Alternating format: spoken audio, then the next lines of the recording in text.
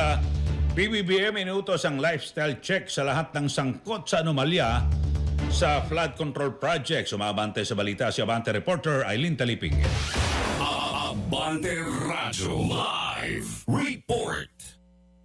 Eli, inuutos ni Pangulong Ferdinand Marcos Jr. ang lifestyle check sa lahat ng sangkot sa maanomalyang flood control project sa bansa. Ito ang inianunsyo ni Palace Press Officer Atty. Claire Castro sa press briefing sa Malacanang ngayong Miyerkules ng umaga.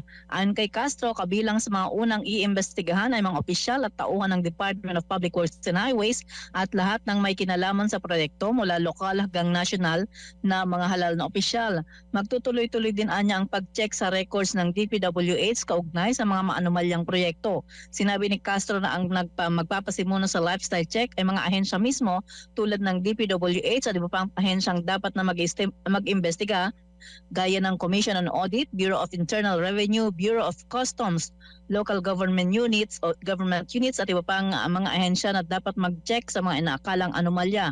Wala anyang timeline na ibinigay ang Pangulo sa investigasyon pero tinitiyak nito na mayroong makakasuhan at mapaparusahan sa mga nadiskubreng mga anomalya.